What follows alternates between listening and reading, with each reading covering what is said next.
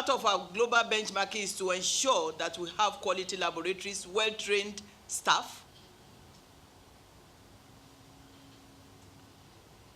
We have revamped our approach to post-marketing surveillance, meaning your drug products are approved and now they are in Wuse or they are in Kano or wherever.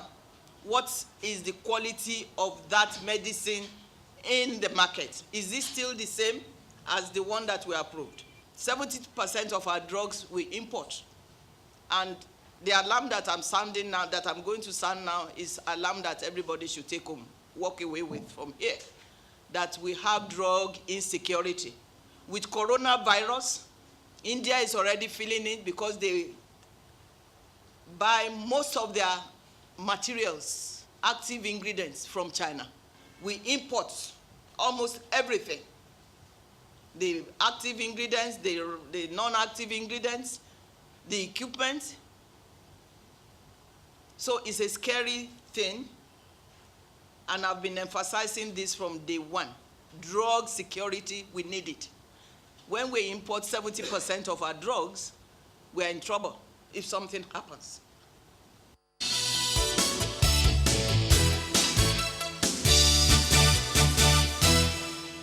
Sunrise Daily continues about now with the team in Lagos with that topic on the alarm raised by NAFDAC. Chamberlain. Well, yes, indeed, and it's one that concerns or should concern everybody. We've got Mr. Sam Ohabonwa here with us. He is the president, Pharmaceutical Society of Nigeria. Good morning, sir. Thank you for coming on this morning. Well, when the DG of NAFDAC says drug security, we need it, saying that we import about 70 or over 70% of our drugs from China, that should get everyone concerned. But what does that mean in practical terms, given what's happening in China at the moment?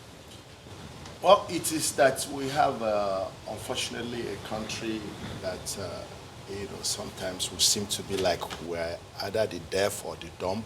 So I don't know who is talking to the other, because these alarms had been raised in the past. I recollect that in 2017, the Pharmaceutical Society of Nigeria had a conference in Umuahia, and the subject was bringing attention to the danger of the security danger, national security implications of being import dependent. What it means is that 70, sometimes some say 60, but let's take it from NAFDAC DG. 70% of our products come from outside. That is in terms of finished products.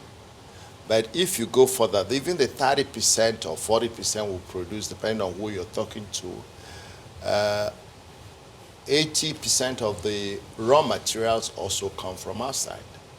So the pharmaceutical industry, the pharmaceutical sphere, is dependent largely on the on importation. And yet, this country, in the early 80s, designed a petrochemical master plan that spoke by 1990 we should be producing the aromatic phase. We had to go phase one of the petrochemical industry in 1983. The second phase was to be completed in 1987. The third phase that will have produced basic raw materials for pharmaceuticals was to have been completed in 1991, but we are still in phase one. So what stalled it? It is lack of ability to execute plans and the disjointed management of our economy. You know, that was the era of coup and counter coups. So this man comes and then changes the plan and doesn't even consider what was done in the past. So we have come to, as they say, the chicken has come home to roost. China is in trouble.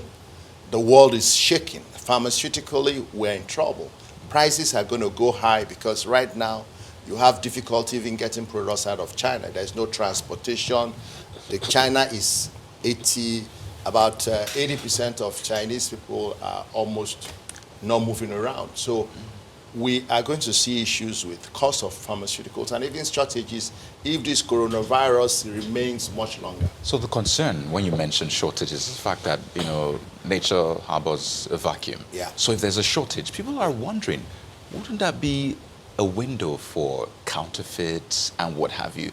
Is that a concern for you? A big concern, because the moment there is some vacuum, nature will fill it up.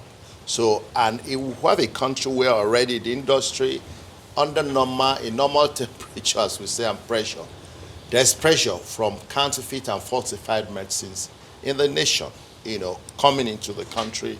NAFDAC is doing its best to prevent that. But then we have borders that cannot even prevent human beings from crossing with AK-47.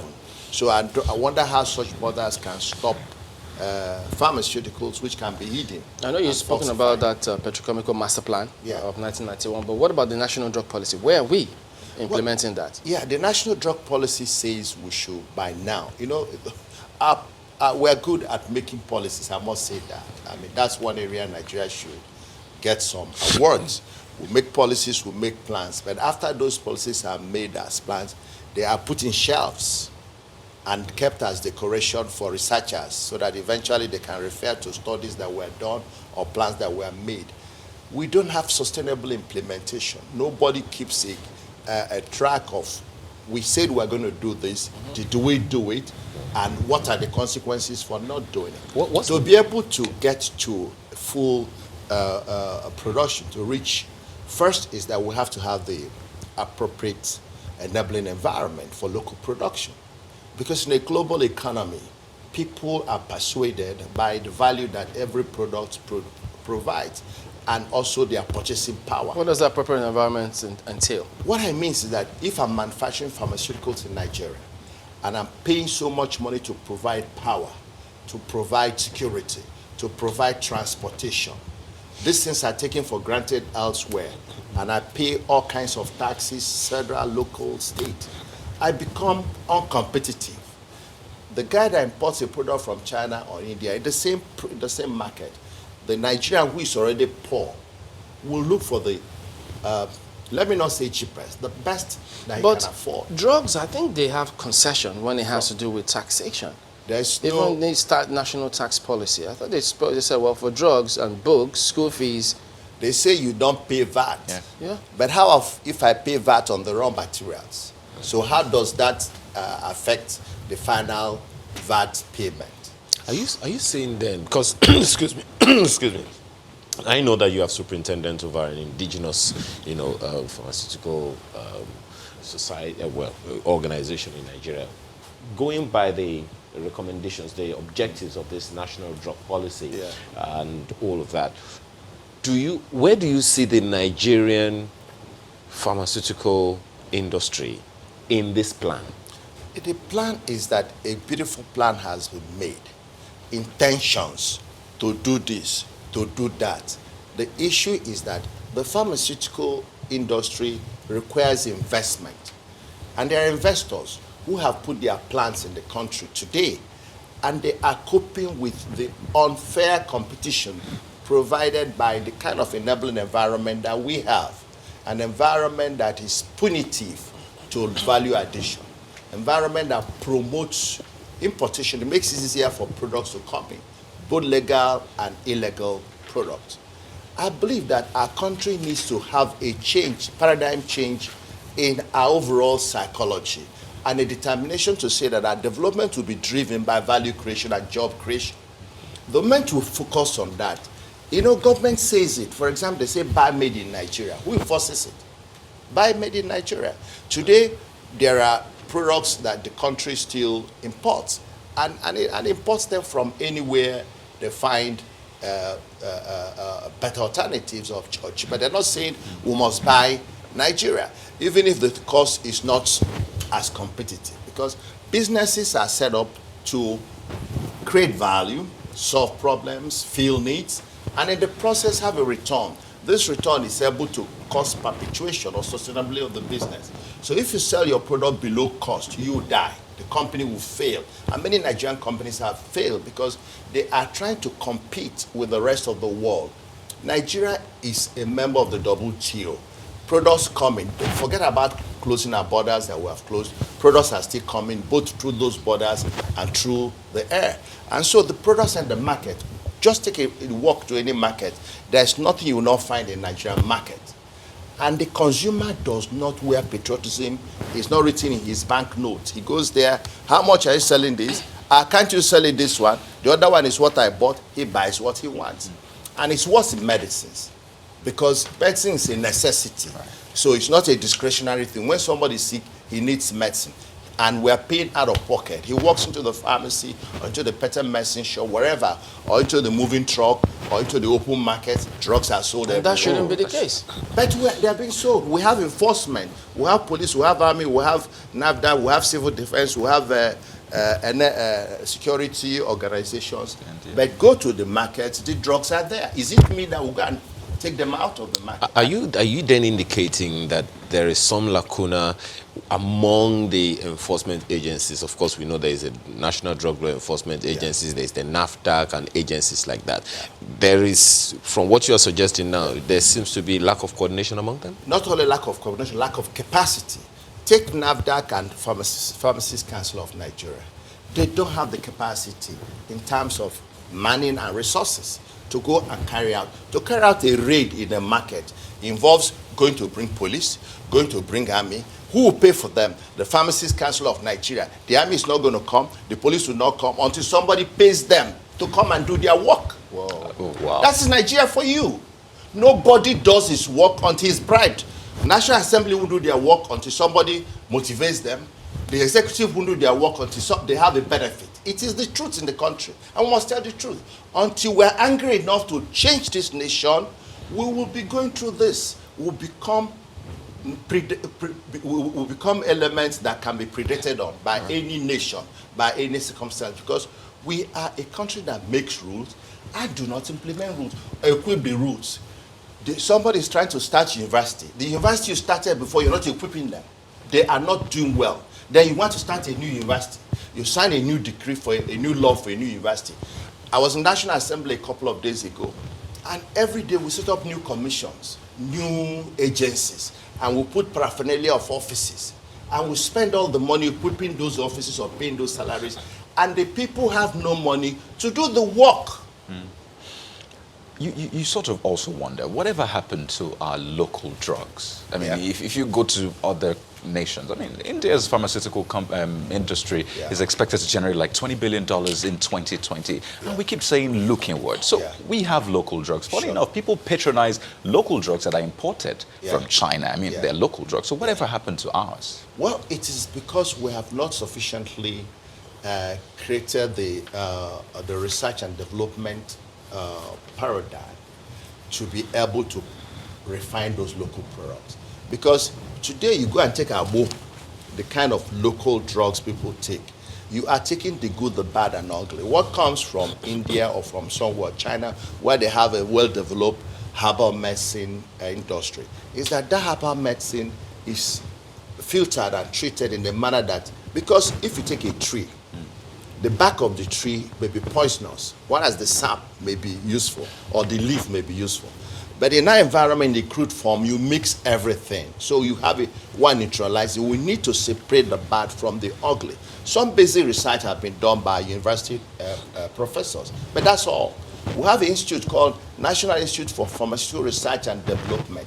Take a walk to NIPRD. You'll be sorry. From the outside, the roofs are broken, the walls are broken. There's the equipment, a few equipment there are lying fallow. They do not have the proper allocation funding from budget to be able to do research and development, because we pay no attention to it. We don't understand what it means, that the basis of innovation is research and development. And the basis of sustainability in the pharmaceutical industry is new moieties. You spend about $500 million, calculate it in Naira, to bring one new moiety, one new product into the market. Meanwhile, you have failed, 50 other products have failed, because not everything you start with will enter the market. They may be therapeutically active, but then they show up with some terrible side effects after you spend hundreds of millions of Naira or dollars, and then the product doesn't go home. Pharmaceutical industry involves long-term investment and big. And when you now make it, that's why you now have patent protection, so they can recover your investment. And that's how industries exist elsewhere. And most of those moieties come from government. Go to the United States, most of the products that end up in the pharmaceutical industry come from Army research, a government research institute. When they get to that level, they then pass it to the industry. The industry is doing its own research. But we cannot get into proper research and development without a basic infrastructure. If you put something inside your fridge, wait. Put something, if you're doing a dialysis or an analysis, you bring out an effusion or a diluent and put it into your fridge. 2 hours later, it's supposed to be cold for 26 hours. 2 hours later, the light goes off. Then you are running with your plant, how to start it and quench it.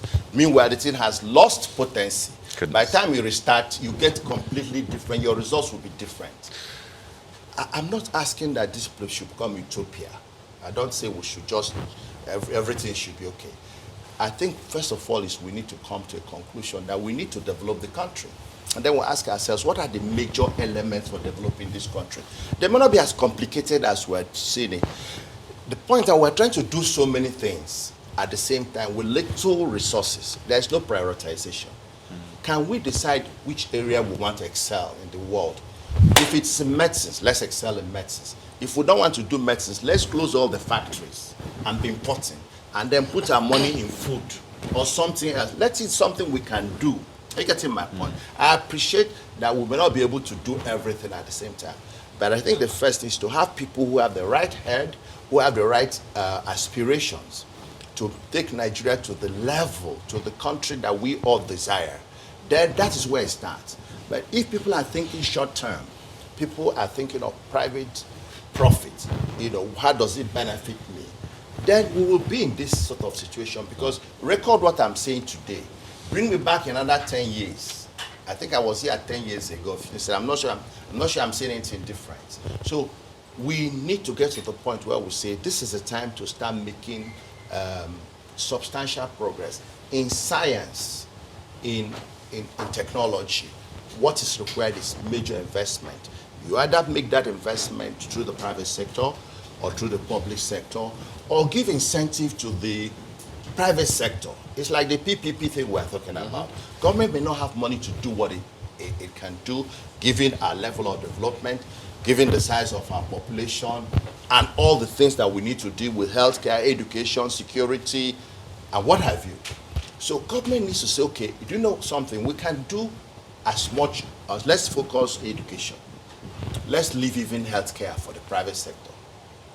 I'm telling you. And then let the laws reflect that and give them. Yes, let the law reflect it. Let the incentives be to promote that sector. And so that if I build a hospital, if I build a pharmaceutical plant, I can be allowed to recover my investment over a given period of time. Right. So we'll come back to, that's what I'm suggesting. We'll get more thoughts from you in just a moment. Stay with us.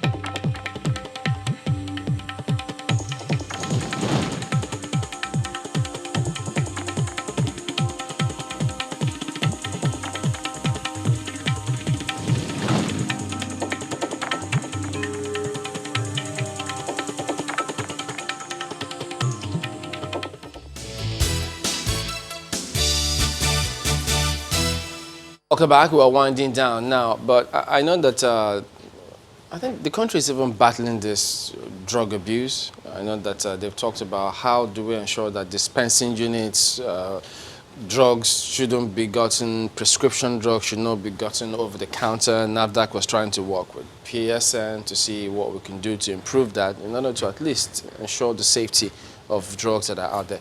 Where are we in that process and that plan at the moment?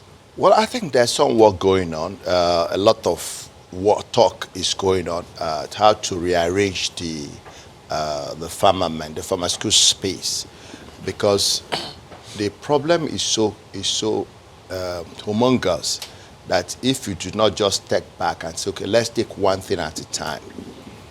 I was talking to some people recently. I said, look, if you go out in the space today, if you have one pharmacy, for each pharmacy you have about let's say 100 patent medicine stores,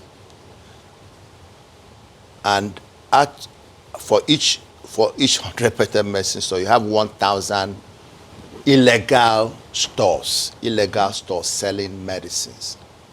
One pharmacy, 100 PPMV, patent medicine vendor registered. Then you have 1,000 illegal drugs. Wow. And meanwhile, we are saying, is the pharmacies doing the right thing? Is the patent medicine? I say fine. Sometimes trying to deal. Is there anything that stops us first and foremost from getting this 1,000? They are not registered. They are not licensed. They are neither pharmacies. They are neither patent medicine stores. Why can't we get them out of business? We know where they're located. Why don't we get them out of business? That's number one. Number two is that the law, there's something called prescription policy, which says that if you go to a hospital, this is the way you're going to see, this is who you're going to look at. The doctor will write the prescription, and then you go to a pharmacy to fill that prescription. That's the rule. But today what we'll find is that in some clinics, the doctor will write the prescription, and then the drug will be given to you. You don't go to any pharmacy. Then the pharmacist is in his store, shop, waiting for the clinic to write the prescription and come to him. And then he sees no prescription. So what does he do? He starts looking for how to prescribe himself so that he can be able to make a living. So that's part of the thing that is happening. Where did they get those drugs from? That the ones they gave without you going to the pharmacy? The drugs that you get, they are got from the market. Go to Dumota, you see where drugs are sold. Oh. Go to Kano, you see where drugs. Go to Aba, go to Ariara, go to Headbridge. Drugs are sold in Nigeria in illegal places. And that's what I'm saying. Let's even clean up. If we can get that on, that stop that drugs being sold in illegal premises, you will have solved 60 or 70% of the problem. They will now sit and say, okay, between the levels of the people who are authorized, who does what and who does not do what. That is the way I think we will solve the problem. Okay. Trying to solve all of them at one go will be suboptimal. All right, fine place to let it go. Mr. Sam Ohabonwa is the president, Pharmaceutical Society of Nigeria. Thank you for your time this morning. What will happen if you call me Mazi Sam? Nothing just happened. That's just what I love to You just did it. That's what I like to answer, not Mr. All right, noted there. Well, that's the show today. We thank you all for watching. We'll see you tomorrow. I'm Chamberlain Osol. I'm Kayode Kikele. I'm Ayo Makere. Have a good day. And I'm Maokwe Ogun Yusuf. Thank you for watching.